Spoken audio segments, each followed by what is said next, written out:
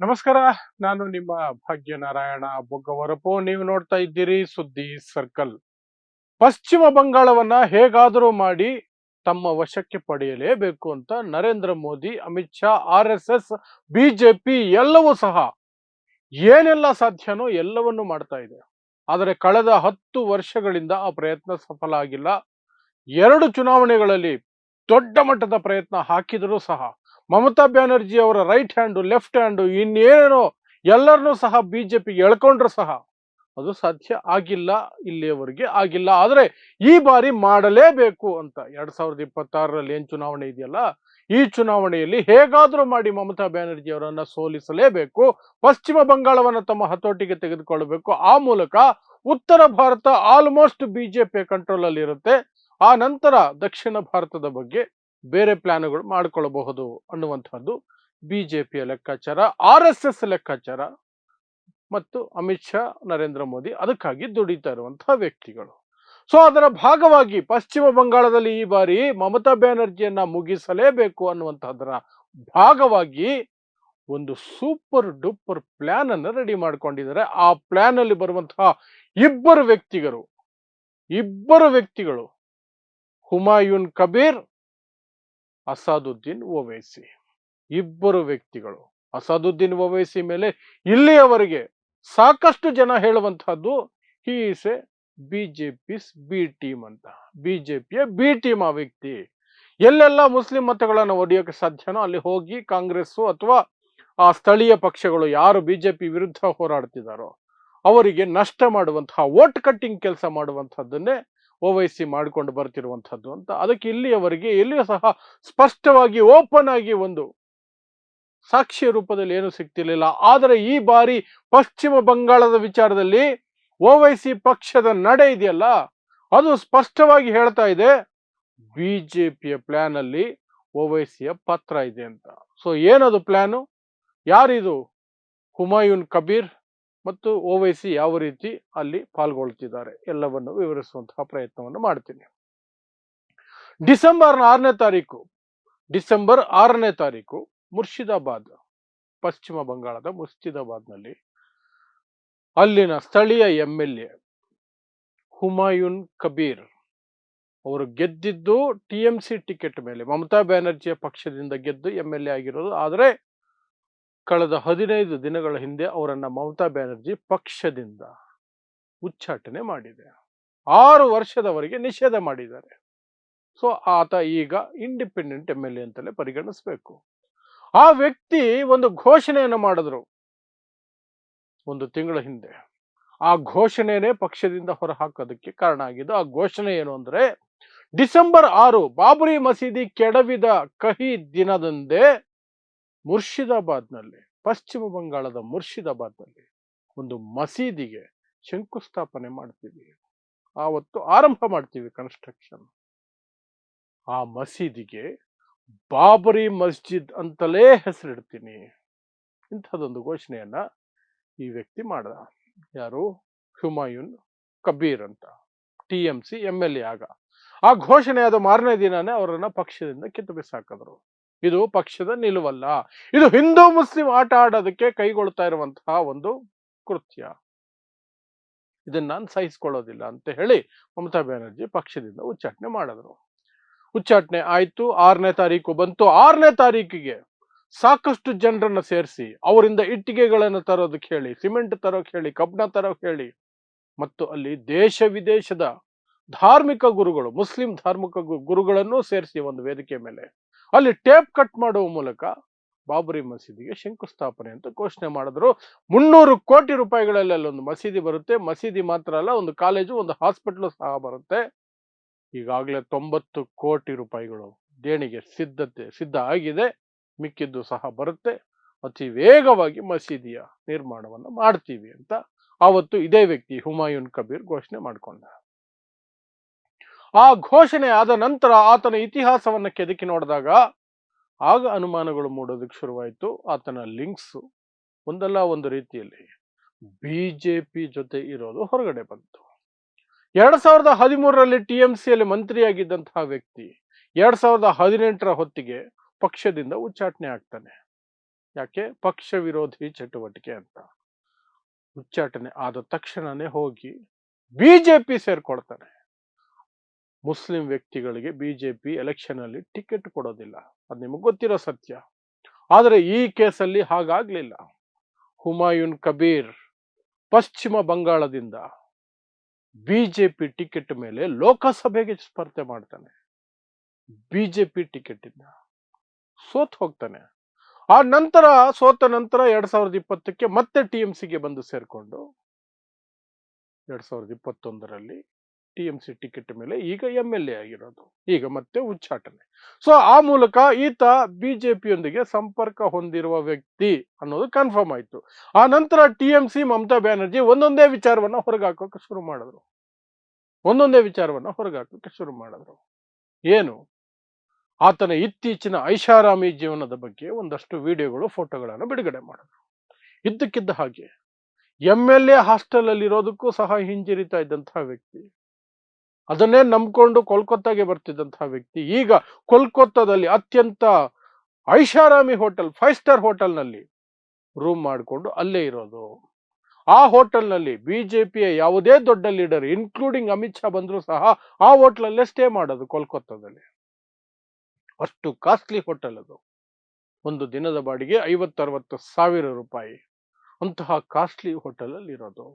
8 ಜನ ಬಾಡಿಗಾರ್ಡ್ಗಳು, ಪ್ರೈವೇಟ್ ಬಾಡಿಗಾರ್ಡ್ಗಳನ್ನ ಹಾಕೊಂಡು ಓಡಾಡ್ತಿರೋದು. 300 ಕೋಟಿ ರೂಪಾಯಿಗಳ ಮಸೀದಿ ನಿರ್ಮಾಣಕ್ಕೆ ಅಷ್ಟು ಧೈರ್ಯವಾಗಿ ಘೋಷಣೆ ಮಾಡಿರೋದು. ಸೊ ಈ ಚರ್ಚೆಗಳು ನಡೀತಿರ್ಬೇಕಾದ್ರೇನೆ ಇದು ಬಿಜೆಪಿಯಿಂದ ಫಂಡ್ ಆಗಿದೆ ಅನ್ನುವಂತಹ ಅನುಮಾನಗಳಿಗೆ ಪುಷ್ಟಿ ಸಿಗ್ತಾ ಹೋಗ್ತಿತ್ತು. ಅದಕ್ಕೆ ನೆಕ್ಸ್ಟ್ ಲೆವೆಲ್ ಹೋಗಿದ್ದೇನೆ. AIMIM ಅಸಾದುದ್ದೀನ್ ಓವೈಸಿ ಅವರ ಪಕ್ಷ ಅದು ಘೋಷಣೆ ಮಾಡಿಕೊಂಡಿದೆ. ವೆಸ್ಟ್ ಬೆಂಗಾಲ್ ಯೂನಿಟ್ನ ಪ್ರೆಸಿಡೆಂಟ್ ಇಮ್ರಾನ್ ಅನ್ನುವಂಥವರು, MIM ಪಕ್ಷದ ರಾಜ್ಯಾಧ್ಯಕ್ಷ ಹೇಳಿದ್ದಾರೆ ಬಹಿರಂಗವಾಗಿ, ನಾವು ಹುಮಾಯೂನ್ ಕಬೀರ್ ಜೊತೆಯಲ್ಲಿ ಮೈತ್ರಿ ಮಾಡಿಕೊಳ್ಳೋದಕ್ಕೆ ಮಾತುಕತೆಯಲ್ಲಿದ್ದೀವಿ ಅಂತ. ಸೊ ಹುಮಾಯೂನ್ ಕಬೀರ್ ಏನು ಘೋಷಣೆ ಮಾಡಿರುವಂತಹದ್ದು, ನಾನು ಹೊಸ ಪಕ್ಷ ಮಾಡ್ತೀನಿ, ಮುಸ್ಲಿಂ ಬಾಹುಲ್ಯ ಇರುವಂತಹ ಸುಮಾರು 130 ಸೀಟ್ಗಳಲ್ಲಿ ಸ್ಪರ್ಧೆ ಮಾಡ್ತೀನಿ, ಅಲ್ಲಿ ಅಭ್ಯರ್ಥಿಗಳನ್ನ ಹಾಕ್ತೀನಿ ಅಂತ ಆ ಮೂಲಕ ಬಹಿರಂಗವಾಗಿ ಹೇಳಿರೋದು ಕಬೀರು. ಮಮತಾ ಬ್ಯಾನರ್ಜಿ ಅವರ ಮುಸ್ಲಿಂ ವೋಟ್ ಬ್ಯಾಂಕ್ ಅನ್ನ ಚಿಂದಿ ಮಾಡ್ತೀನಿ ಅಂತ. ಅಸಾದುದ್ದೀನ್ ಓವೈಸಿ ಪ್ರತ್ಯೇಕವಾಗಿ ಸ್ಪರ್ಧೆ ಮಾಡಿದ್ದಿದ್ರೆ ಆತ ಬಿಜೆಪಿಯ ಬಿ ಟೀಮ್ ಅಂತ ಬರುವ ಆರೋಪಗಳು ಮಾಮೂಲಿನೇ. ಇದ್ರೂ ಇರಬಹುದು, ಇಲ್ಲದೇನೂ ಇರಬಹುದು ಅನ್ನುವ ಅನುಮಾನಗಳಲ್ಲಿ ಸುಮಾರು ಜನ ಇದ್ರು, ಇನ್ಕ್ಲೂಡಿಂಗ್ ಮೀ. ಆದರೆ ಯಾವಾಗ ಅಸಾದುದ್ದೀನ್ ಪಕ್ಷ ಈ ಹುಮಾಯೂನ್ ಕಬೀರ್ ಜೊತೆ ಮಾತುಕತೆಯಲ್ಲಿದ್ದೀವಿ, ಮೈತ್ರಿ ಮಾಡ್ಕೊಳ್ತೀವಿ, ಮುಸ್ಲಿಂ ಬಾಹುಲ್ಯ ಇರುವಂತಹ 130 ಸೀಟಲ್ಲಿ ನಾವಿಬ್ರು ಸೇರಿ ಸ್ಪರ್ಧೆ ಮಾಡ್ತೀವಿ ಅಂತ ಘೋಷಣೆ ಮಾಡಿದ್ರು, ಅಲ್ಲಿಗೆ ಓವೈಸಿ ನಂಬರ್ 1 ಬಿ ಟೀಮ್ ಅಂತ ಸ್ಪಷ್ಟ ಆಗೋಯ್ತು ಬಿಜೆಪಿಗೆ. ಮತ್ತೆ ಹುಮಾಯೂನ್ ಕಬೀರ್ ಸಹ ಸ್ಪಾನ್ಸರ್ಡ್ ಬೈ ಬಿಜೆಪಿ ಅನ್ನೋದು ಸ್ಪಷ್ಟ ಆಯ್ತು. ಅಷ್ಟಕ್ಕೆ ಮಾತ್ರನೇ ನಾವು ಇದು ಹೇಗೆ ಮಮತಾ ಬ್ಯಾನರ್ಜಿ ಅವರನ್ನ ಮುಗಿಸೋದಕ್ಕೆ ರಾಜಕೀಯವಾಗಿ ಒಂದು ಪ್ಲಾನ್ ಅಂತ ಹೇಳಕ್ಕಾಗತ್ತೆ ಅನ್ನೋದಾದ್ರೆ ಅದರ ಲೆಕ್ಕಾಚಾರ ಏನು ಅನ್ನೋದು. ಲೆಕ್ಕಾಚಾರ ಇಷ್ಟೇನೆ. ಪಶ್ಚಿಮ ಬಂಗಾಳದಲ್ಲಿ ಮುಸ್ಲಿಮರ ಮತಗಳ ಆಧಾರದ ಮೇಲೆ ಸಾಕಷ್ಟು ರಾಜಕೀಯ ನಡೆಯುತ್ತೆ. 130 ಸೀಟುಗಳು ಸುಮಾರು. ಮಮತಾ ಬ್ಯಾನರ್ಜಿ ಆರಾಮಾಗಿ ಗೆಲ್ತಾರೆ ಬಿಕಾಸ್ ಆಫ್ ಮುಸ್ಲಿಂ ವೋಟುಗಳು.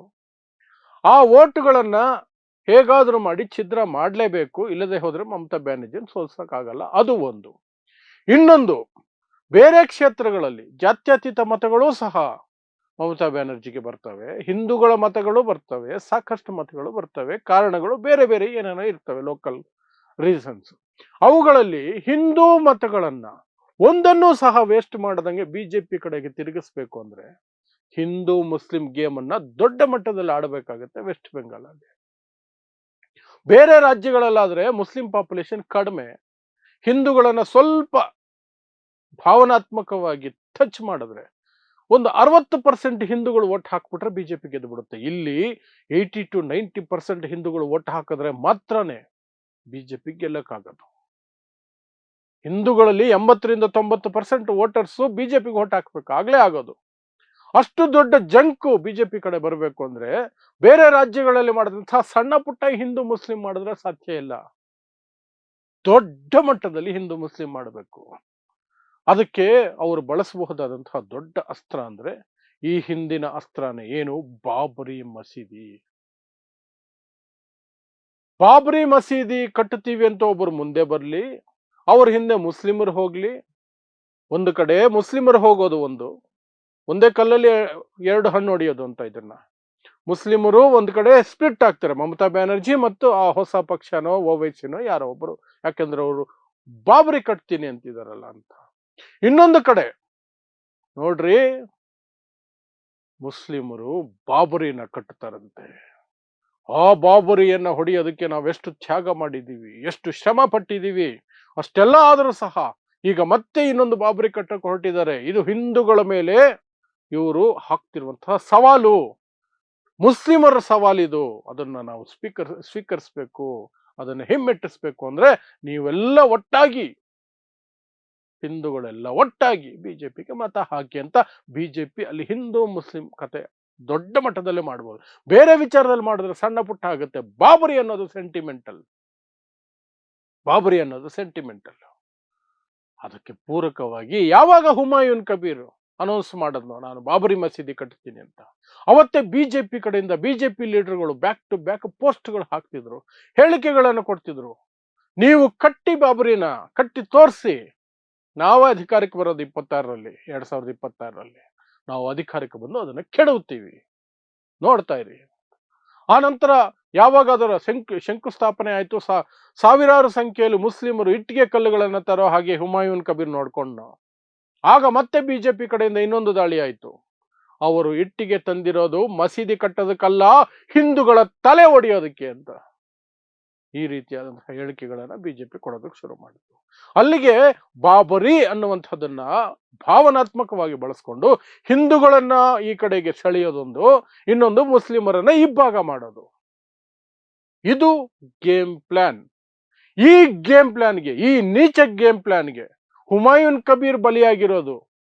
ಓಕೆ, ಅವನು ಮೊದಲಿಂದನೂ ಆ ಕಡೆ ಈ ಕಡೆ ಜಂಪ್ ಮಾಡ್ತಿದ್ದಾನೆ. ಬಟ್ ಓವೈಸಿ ಅಂತವರು ಎಂಐಎಂ ಅಂತಹ ಪಕ್ಷ ಬರ್ತಿರೋದ್ರಿಂದ ಅಲ್ಲಿ ಸ್ಪಷ್ಟ ಆಗುತ್ತೆ, ಎಂಐಎಂ ಬಿಜೆಪಿಯ ಬಿ ಟೀಮ್. ಇದಿಷ್ಟು ಅವ್ರು ಹಾಕೊಂಡಿರುವಂತಹ ಪ್ಲಾನ್. ಅದಕ್ಕೆ ಪ್ರತಿರೋಧವಾಗಿ, ಅದಕ್ಕೆ ಕೌಂಟರ್ ಆಗಿ ಮಮತಾ ಬ್ಯಾನರ್ಜಿ ಈ ವಿಚಾರವನ್ನ ದೊಡ್ಡ ಮಟ್ಟದಲ್ಲಿ ಸೀರಿಯಸ್ ಆಗಿ ತಗೊಂಡಿದ್ದಾರೆ. ಊರಿಗೂ ಹೋಗಿ ಸಮಾವೇಶಗಳನ್ನು ಮಾಡ್ತಿದ್ದಾರೆ. ಅಲ್ಲಿ ಹೇಳ್ತಿದ್ದಾರೆ, ಹುಮಾಯೂನ್ ಕಬೀರ್ ಬಿಜೆಪಿಯ ಏಜೆಂಟು, ಅವನ ಮಾತುಗಳನ್ನ ನಂಬಬೇಡಿ ಅಂತ ಮುಸ್ಲಿಂ ಸಮುದಾಯಕ್ಕೆ ದೊಡ್ಡ ಮಟ್ಟದಲ್ಲಿ ಕನ್ವಿನ್ಸ್ ಮಾಡೋ ಪ್ರಯತ್ನ ಮಾಡ್ತಿದ್ದಾರೆ. ಇದೆಲ್ಲ ಒಂದು ಗೇಮ್ ಪ್ಲಾನ್, ಬಿಜೆಪಿಯ ಗೇಮ್ ಪ್ಲಾನ್. ಈ ಗೇಮ್ ಪ್ಲಾನ್ ಅಲ್ಲಿ ಹುಮಾಯೂನ್ ಕಬೀರು ಉಂಟು, ಓವೈಸಿನೂ ಉಂಟು. ಇಬ್ರು ಸೇರ್ಕೊಂಡು ಇಲ್ಲಿ ಹಿಂದುತ್ವದ ಸರ್ಕಾರ ತರೋಕೆ ಹೊರಟಿದ್ದಾರೆ. ವೆಸ್ಟ್ ಬೆಂಗಾಲನ್ನ ಅಕ್ರಮ ವಲಸಿಗರು ಅನ್ನುವ ಹೆಸರಿನಲ್ಲಿ ದೊಡ್ಡದಾಗಿ ರಿಹ್ಯಾಬಿಲಿಟೇಷನ್ ಕ್ಯಾಂಪ್ ತರ ಮಾಡಿಬಿಡ್ತಾರೆ, ನಿರಾಶ್ರಿತರ ಶಿಬಿರ ಮಾಡಿಬಿಡ್ತಾರೆ, ನಿಮ್ಮ ವೋಟರ್ ಐಡಿ ಕಿತ್ಕೊಳ್ತಾರೆ, ನಿಮ್ಮ ಬದುಕು ಕಿತ್ಕೊಳ್ತಾರೆ ಅಂತ ಮಮತಾ ಬ್ಯಾನರ್ಜಿ ದೊಡ್ಡ ಮಟ್ಟದಲ್ಲಿ ದಾಳಿ ಮಾಡ್ಕೊಂಡಿದ್ದಾರೆ. ಮತ್ತು ಮುಸ್ಲಿಂ ಮುಖಂಡರನ್ನ ಎಲ್ಲ ಊರುಗಳಿಗೂ ಹೋಗಿ ಭೇಟಿ ಮಾಡಿ ಮುಸ್ಲಿಂ ವೋಟ್ ಬ್ಯಾಂಕ್ ಅನ್ನ ಭದ್ರ ಮಾಡ್ಕೊಳ್ಳೋ ಕೆಲಸವನ್ನು ಮಮತಾ ಬ್ಯಾನರ್ಜಿ ಮಾಡ್ತಿದ್ದಾರೆ. ಈ ಕಡೆ ಇವ್ರ ಪ್ಲಾನು, ಈ ಕಡೆ ಇವರು ಕೌಂಟರ್ ಪ್ಲಾನು. ಸೊ ಯಾರು ಸಫಲ ಆಗ್ತಾರೆ ಗೊತ್ತಿಲ್ಲ. ಚುನಾವಣೆಗಳು ಇನ್ನೊಂದು 3-4 ತಿಂಗಳಲ್ಲಿ ನಡೆಯುತ್ತೆ ವೆಸ್ಟ್ ಬೆಂಗಾಲಲ್ಲಿ, ಆಗ ಸ್ಪಷ್ಟವಾಗಿ ಗೊತ್ತಾಗುತ್ತೆ. ಬಟ್ ಒಂದಂತೂ ಸ್ಪಷ್ಟ ಆಗ್ತಿದೆ, ಬಿಜೆಪಿ ಅಟ್ ಎನಿ ಕಾಸ್ಟ್ ಪಶ್ಚಿಮ ಬಂಗಾಳವನ್ನ ಪಡೆದೇ ತೀರ್ತೀನಿ ಅನ್ನೋ ಹಠಕ್ಕೆ ಬಿದ್ದಿದೆ. ಅಟ್ ಎನಿ ಕಾಸ್ಟ್ ನಾನು ಸೋಲಲ್ಲ ಅಂತ ಮಮತಾ ಬ್ಯಾನರ್ಜಿ ಹಠಕ್ಕೆ ಬಿದ್ದಿದ್ದಾರೆ. ಇವರಿಬ್ಬರ ನಡುವೆ ಬೆತ್ತಲಾಗಿರೋದು ಮಾತ್ರ ಹುಮಾಯೂನ್ ಕಬೀರ್ ಅಲ್ಲ. ಹುಮಾಯೂನ್ ಕಬೀರ್ ಯಾವತ್ತಿದ್ರೂ ಬೆತ್ತಲಾಗಬೇಕಿತ್ತು, ಅಸಾದುದ್ದೀನ್ ಓವೈಸಿ. ಬೆತ್ತಲಾಗಿರೋದು ಅಸಾದುದ್ದೀನ್ ಓವೈಸಿ. ಸೊ ಮುಂದಿನ ಬೆಳವಣಿಗೆಗಳು ಏನೇ ಇದ್ರು ನಿಮಗೆ ತಿಳಿಸುವಂತಹ ಪ್ರಯತ್ನವನ್ನ ನಿರಂತರವಾಗಿ ಮಾಡ್ತಾನೆ ಇರ್ತೀನಿ. ಸೊ ಇಂತಹದೇ ವಿಶೇಷ ಸುದ್ದಿಗಳಿಗಾಗಿ ನೋಡ್ತಾ ಇರಿ ಸುದ್ದಿ ಸರ್ಕಲ್. ನಾನು ನಿಮ್ಮ ಭಾಗ್ಯನಾರಾಯಣ ಬೊಗವರಪೋ.